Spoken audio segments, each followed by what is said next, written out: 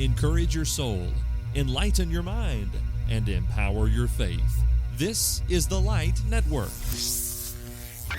You know what time it is, no matter where you've been. So let's do it again. Listen up and let the sun shine in. We've got soul training.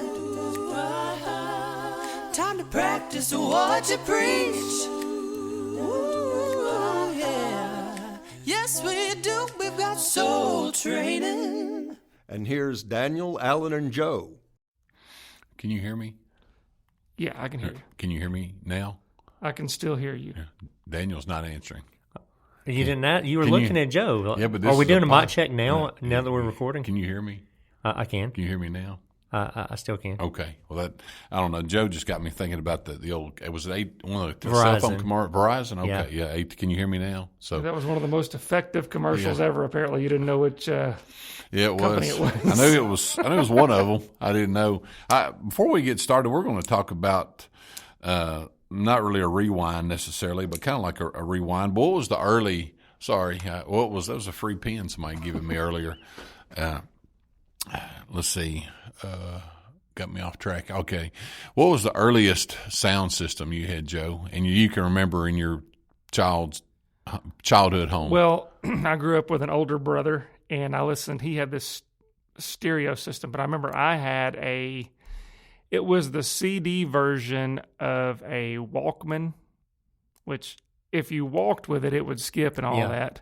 But that was then my they first. Came out with that anti-skip technology, where like buffer for 8 seconds or something. You remember that? That was your skip. That was your earliest sound system. Yeah, I think that was it. What'd the home have? Just my brother's. I don't know what he had. Some big stereo system. I remember. What did you have? What was your earliest memory?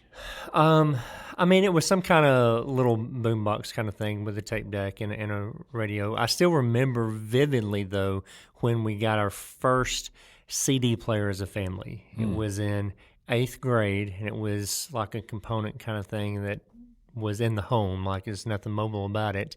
And Dad bought a CD, and I was allowed to get a CD.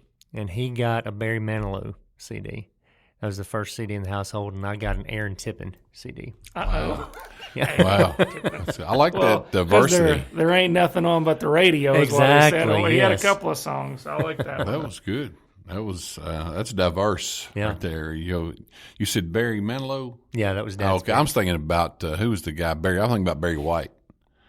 No, that would also be diverse. Yeah. Okay, no, you had Barry Manilow. Did he have a cologne line? I don't know. Okay. Anyway, got me thinking.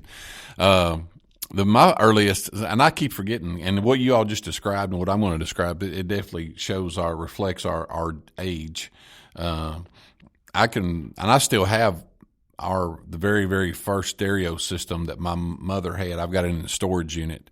But it was I think they took out a second mortgage on the house and got this in the 70s. Like a piece of furniture. Probably. Yeah, it was. Yeah, it was part of the furniture, and had it was like a miniature casket. It had a huge lid. So I still got it, and it would play records, play 45s, and it would play 8 tracks, and it still got it. And so we went from that to, I think maybe Panasonic. I had a little handheld cassette player, so I had that. And then we moved into we must have come into some money somehow. I don't know, but we got another Panasonic, the early 80s boom box, had the big speakers on the side, and I had the AM/FM radio, and then I had the cassette, and then you could record from the radio on your cassette player. Yeah, that's how we had to do it back then. Back then, yeah. And then, so that was our earliest. But what I love about all of that is you remember that they all had a rewind button, right? You could rewind it. You could bring things back,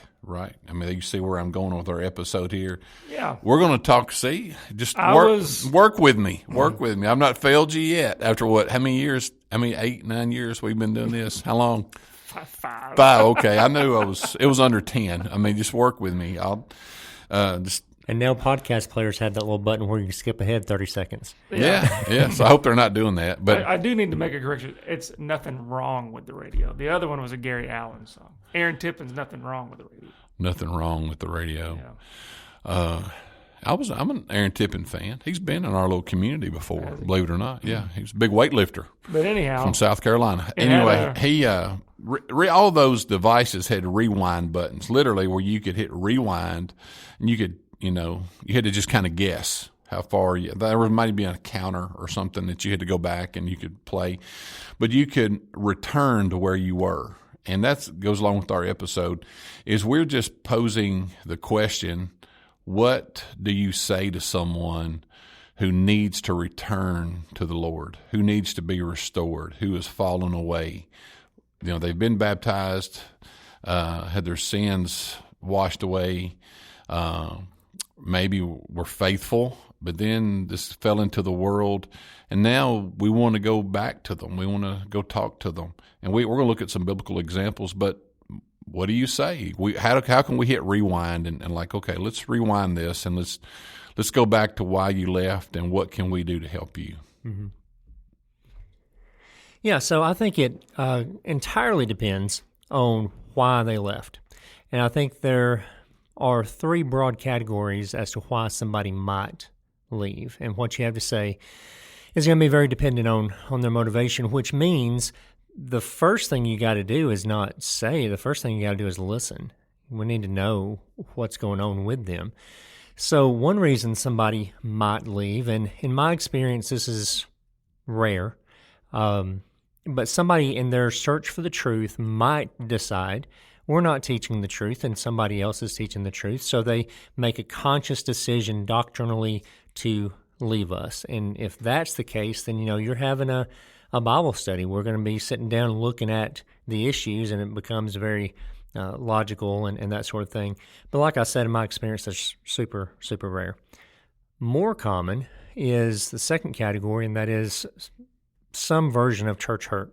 Either they were mad about something and left, or they felt neglected and maybe they didn't feel like they ever fit in and ever connected, or in some way it's not doctrinal at all, it's personal, and they have left because of that. And with that person, listening is especially important. You want to know why they're angry or hurt and what can possibly be done to amend the relationship or repair the relationship. And the third reason somebody might leave is because they have drifted. They didn't leave. There's never a conscious decision that, hey, I'm leaving the church. They just got distracted by other things. They started missing a little more often here and there. Other things became more important. Other things became pressing, and they just sort of slipped away. And somebody like that really, needs that reminder that, yeah, church is super important, but it ultimately comes down to, hey, we love you and miss you. Well, that's a hard lesson. I mean, that's a hard message to deliver if the person, if you don't miss the person, if you never notice that they weren't there, and then all of a sudden, you're confronted with the fact they're not there. But it's very relational, and people need to know that they are loved and missed, and you care that they're not there anymore. Does that make sense? It makes sense, but I've got a question. Yeah. What if you're like me and it's kind of uncomfortable going up talking to someone? I don't know why it is, because probably me and everyone listening to this has someone in mind that they'd like to talk to, but it's kind of uncomfortable bringing the subject up. Mm-hmm. I mean, what advice do you give there? Just tough it up, tough it out, suck it up, buttercup type of thing? I mean, pretty much, yeah. I think it's incredibly helpful for especially church leadership to have exit interviews with people that have left. You go and you do want to bring them back. You're trying to bring them back, but also you're wanting to learn why they left in order to try to keep that thing from happening again. And so sometimes if you're approaching it like that, like it's kind of an exit interview, hey, we understand that you have left us, you're not interested in coming back, if they've made that clear to you that I'm not coming back. Say, okay, we can respect that, but would you meet with us to let us know, help us understand where things went wrong, help us understand your perspective on how we can do things better, and have that bit of self-analysis and reflection can help them to open up and also help you to understand your own strengths and weaknesses as a congregation. Does that make sense? Yeah. And as I listen to you all talk, I've taken a lot of notes with this new pen that someone gave me. And I'm going to give it back to him if you keep. I'd love to find out who did this. It's a really good free pen. It doubles as a stylus, too. Oh. But as I listen to you all talk, for me, what hits home is, we don't really know why people leave, but people leave for a myriad of reasons. And it goes back to leadership. Uh-huh. Leadership meaning, what is the leaders of your congregation, what is their plan that they deploy or enact when this happens? Now, our elders, if they're listening to this, I hope if I make a mistake here, I hope that they will correct me. But I really love one of the many things I love about them is I know pretty for a fact what they do is if you miss like 2 services, someone reaches out to you.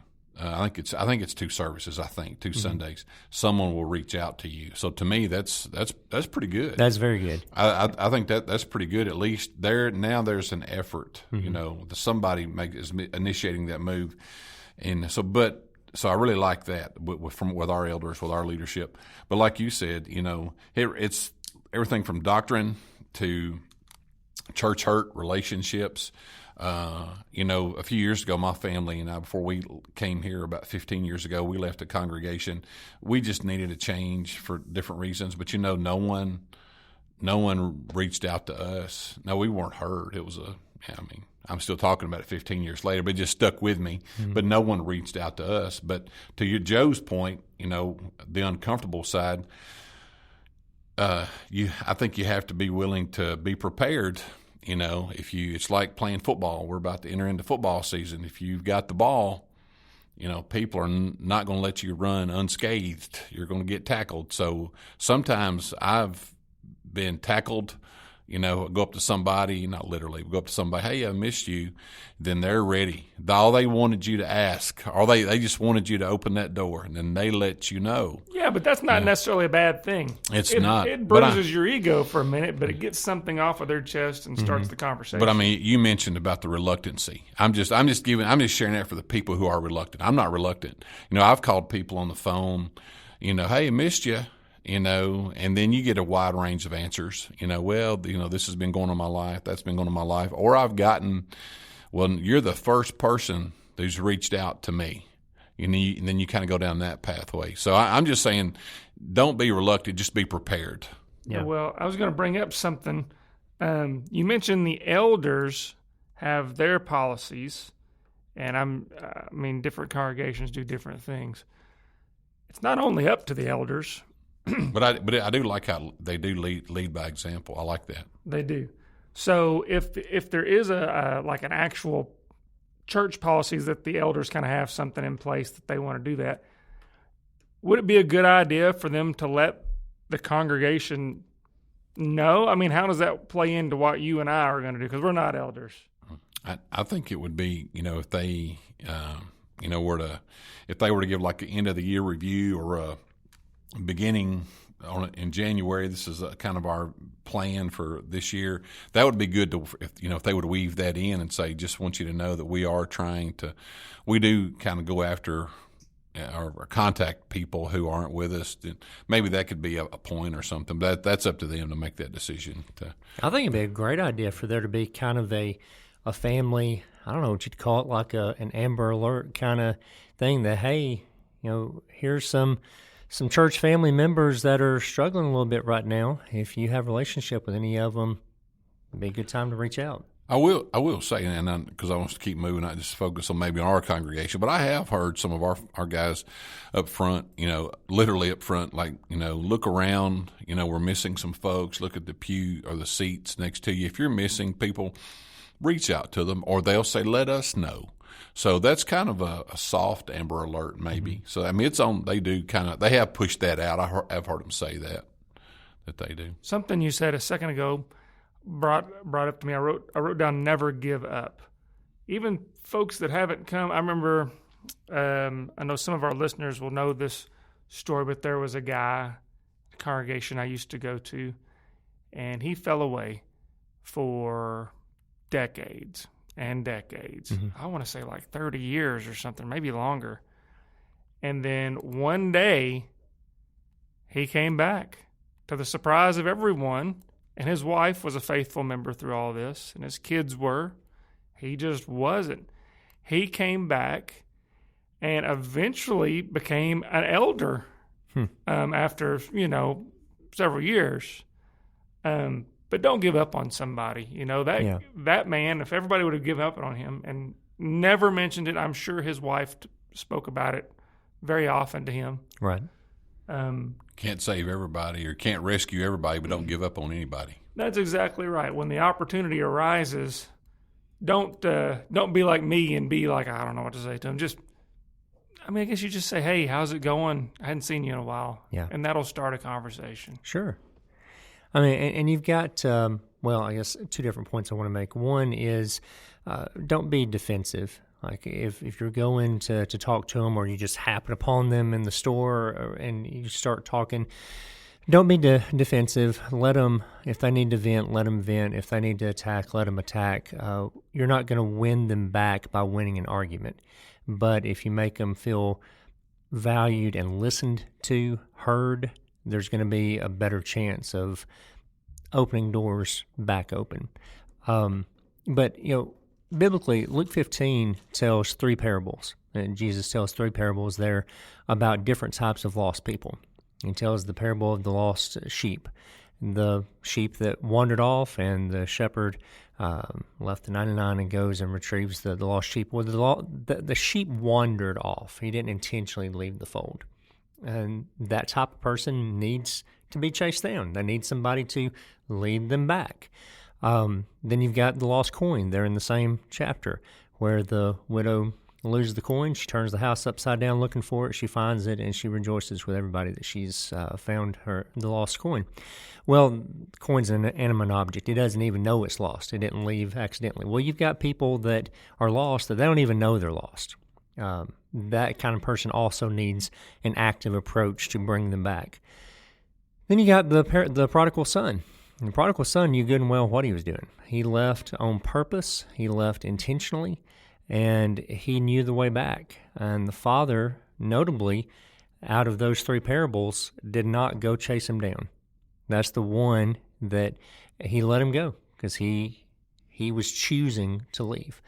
But the first sign of him coming back, as soon as his shadow graces the horizon, the father's out there racing to meet him, racing to welcome back with open arms, not in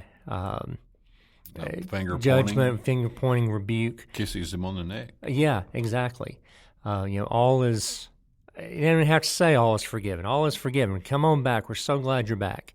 And that's how that person that has left intentionally, if they show any inclination, any sign of coming back, that they come back and visit one time on a Wednesday night. They're there, maybe just they come to trunk or treat or something like that. That's the time, rush that person with welcomeness and love and envelop them. Does that make sense?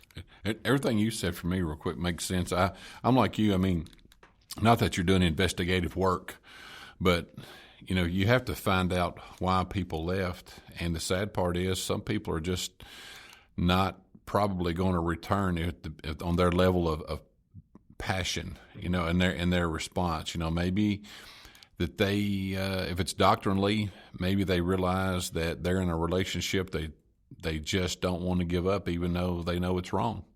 Yeah. They just don't want to, or the church hurt is so deep that they realize they want to go somewhere else. They want to just, then you get into the whole idea of, I've seen it with congregations, sheep swapping, sometimes maybe if they're going somewhere, of a church that's trying to remain faithful, then that's okay. But I like your idea. I really do like it. I like exit interviews. I like those kind of things. But I mean, I don't know. I personally do not know of anybody a congregation that does those. I like them. I would love to see how that works. I've done them. Have you really? Yeah. Mm-hmm. I'd like to see the responses. I mean, what kind of responses have you gotten? What did it teach you, I guess? They hurt your feelings in the best possible way. Like the person that is willing to give you honest feedback, they're not holding back to spare you. They've already broken up with you. You know, they're gone. They're gone. So Daniel's gone and done it. Have they ever been like, "Well, it's you"? No, nobody's ever said directly. You, it's not me. me. It's you. Yeah. Well, that would really hurt my feelings if someone said that. Yeah, if you mean you as in plural, as you, it's the church here that you guys let me down. I got you. Then, which I was a part of. Like they didn't single me out and say you, Daniel Gaines, let me down, but you, the church, let me down, and I know that I was among the people that let them down, and so that was You're in that number. I was in that number, yeah. So that was a good thing of self-reflection for me. I shared it with other leaders in the congregation. Not everybody wanted to be self-reflective. A lot of people just were defensive. So it kind of depends on your own heart and willingness to accept feedback. Yeah. You know, that makes sense. We do that at work. Sure. If someone leaves voluntarily Mm-hmm. at work, they'll do a exit interview or something like that just to see, well, you're leaving us, going to work somewhere else. What could we do to improve, our performance in the future or whatever? Sure. Well, like one person that I have in mind let us know that the place they went to, they disagreed about some doctrinal things there. Like they agreed with our doctrine, disagreed with the doctrine of the place they went to, but liked how the people treated them better. Really? Than they liked how we had treated them. And man, that hurt. Like just between the eyes, kind of. Yeah, I'm not trying to dig real deep, but I mean treated them. You mean like spoke to them, being friendly, interacted with, was there for them during a time of personal trauma. Yeah. Well, that brings me to, we put the cart in front of the horse a little bit here. First of all, I mean, some religious bodies out there in Christianity don't believe you can fall away. Right. And so it is possible, if we look at Hebrews 3, verse 12 right fast, it says, "Take care, brothers, lest there be any of you an evil, unbelieving heart, leading you to fall away from the living God." But the good news is, the very next verse gives us a little bit of a heads up on prevention of this. So verse 13 says, "But exhort one another every day, as long as it is called today, that none of you may be hardened by the deceitfulness of sin."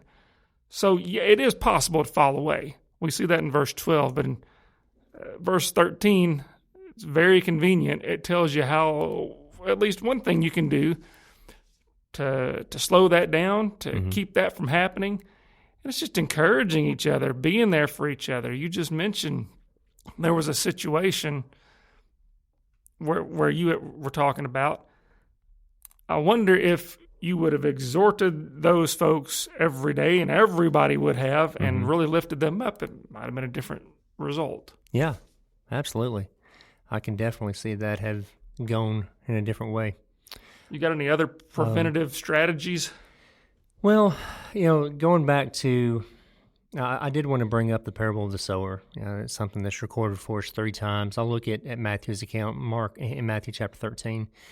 And the parable of the sower, just in brief, Jesus talks about the sower who he's scattering the seed just in a broadcast method of sowing, and it's falling on all kinds of different soil.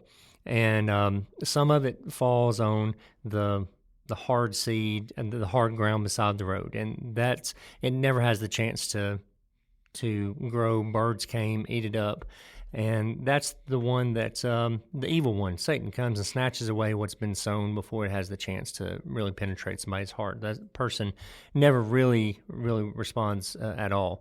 But then you've got those where the seed fell in the rocky places. And in that rocky places, it didn't have a lot of soil. It sprang up quickly, but there was no depth to the soil. And Jesus, as he explains it, says, well, that's the person that hears the word and immediately receives it with joy, but has no firm root in himself, and it's only temporary. And when affliction or persecution arises because of the word, immediately he falls away. So there again, it is possible to fall away, and Jesus is saying that there.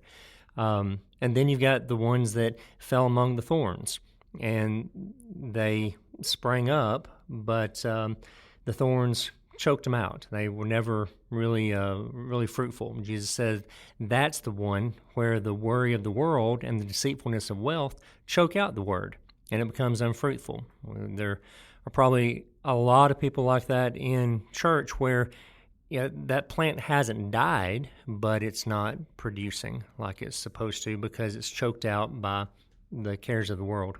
And then you got the good soil where it grows up, and the person that understands and obeys it and bears lots of fruit and all that sort of thing. So when we're thinking about people that have fallen away or in the process of falling away or not as faithful as they ought to be, maybe they haven't totally fallen away, but they're weak, it goes back to the type of soil that they are. And so ultimately what we need to do is address the soil. What is it that's crowding out their life? If you're talking about somebody that's kind of drifted, do they have some changes that need to be made in their life so they can make the Bible, so they can make church and spirituality have its proper place in their life so that Jesus can be in first place? And so you want to walk through that process with somebody, helping them to reorder their priorities. So what you're doing there is, in our area of the world, our soil is literally rocky soil here. Mm-hmm. But you know what the farmers do? They go out picking up rocks, and their kids pick up rocks all the time to make that soil good soil. I'm talking literally farming here. That's right. You could do that with souls too. Just because someone may be the rocky soil, it doesn't mean they have to stay that way. That's right. Because we'd all like, for all of us and our friends and family and people we know and people we attend with, we want those all to be good soil. Yeah. That's possible. Yeah, so if you identify somebody fell away because they're rocky soil, then they're not going to come back in a faithful way until the rocks are removed. And so that's where you got to work on them. So if somebody's weak because they're in the weeds, then you got to help them pull the weeds. You got to get them some spiritual roundup. Exactly. Yeah. Alan, is this going to be a Wednesday night devotional or? I'm taking a lot of notes. It's called Spiritual Roundup. Spiritual. You weren't taking a lot of notes though, so. Well, just so many things in my little mind. You want to enlighten the people? Well, I don't know if I'll be able to enlighten them, but I'll just share. I guess I go back to what you talked about. Go back to ground zero. Hit rewind with my sound system metaphor. What can we do to help people not fall away or not leave us? I wonder about, and it goes back to leadership, but create a culture of honesty in the fact that you can come talk to us. If you're upset about something, please don't wait. Mm-hmm. Please don't wait till it gets bad. Come talk to us. One of the most honest relationships I've ever had, I worked for a lady and her son. I helped take care of her son privately. It wasn't a public job, but it was privately. And when I started working with her, she said, "Alan, I want to be able to say things to you and you not get mad and quit. And I want you to be able to say things to me, and I'm not going to fire you." And that was That's healthy. It is healthy, and for 13 years I found that to be true. I had no fear of getting fired, and there was no fear on either side. And we had some robust conversations, and it may take a day or two to come back and like, okay, we're going to start over here. But to create that kind of atmosphere to where people can not sidestep things, like if someone's upset about pick anything. Well, we got too many potlucks. I'm pick on something small. Too many potlucks or too many whatever, go talk to somebody. Voice your concern privately with leadership, maybe the preacher, and before you get mad and quit, kind of thing. But practical ways, I guess I'm going back to practical ways. Joe talked about if you see somebody in the grocery store, if you haven't seen somebody for a while, I think you lead with Galatians chapter 6 verse 1. Lead with love and concern, that I'm not trying to act like I'm the U.S. Border Patrol here. That I'm trying to come to you and say, hey, I missed you.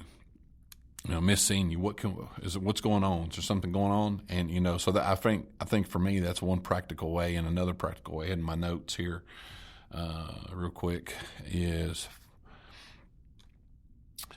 remind them, and you've already touched upon Luke 15:11 through 32, 1 John chapter 1 verse 9, God's forgiveness, grace and forgiveness. That we are forgiven if we remain faithful. So remind them that nobody's trying to shut them out and keep them on an island, and just the importance of the church. I made notes from today's outline from our worship time this morning. But remember God's people, God's promises, and God's power. That you mentioned you can't be in the world. You can, but it's a lot harder to be in the world by yourself. You're going to get choked out, overrun by the world, but I think just be available and be present, and be prepared. Some people, like you said, they want to do more than just have you listen. They want to really get it all out. And that's okay. The bottom line is just care about them. They're not a number on the attendance board or something like that. They're a person. They're a part of the church family.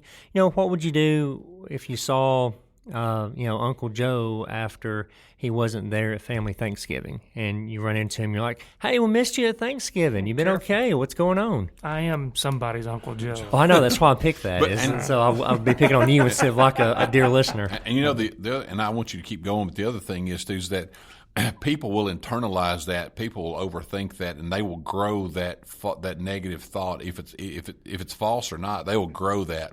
I mean, like when we left the congregation 15 years ago, and not one person called us. Maybe they kind of figured out why we left, but it would have been really nice if somebody would have come to us. But that is still a lesson for me 15 years later. Well, there's been. Back before I was married and I was a bachelor, I lived a little bit of ways from here, and there was times I was visiting. I was kind of like a long-term visitor. I've been going for months, and nobody talked to me when I was visiting, and nobody cared when I left. And that was a little bit hurtful. Thankfully, I landed in a good congregation here, but I was with you. Nobody reached out. I think there was one time somebody said something to me. This is a decent-sized congregation, but wonder why they didn't acknowledge your presence. I don't know. I don't feel like I'm that intimidating. I'm pretty approachable. I don't know. I don't know what it was. You should. I think there's a lot of social pressure, maybe societal pressure to mind your own business. I think there is. Is that a cultural thing? You've been in different cultures. Yeah, to an extent. Yeah. Yeah, Alan said I should call him. I'm not going to call him up. You ever heard of Soul Training?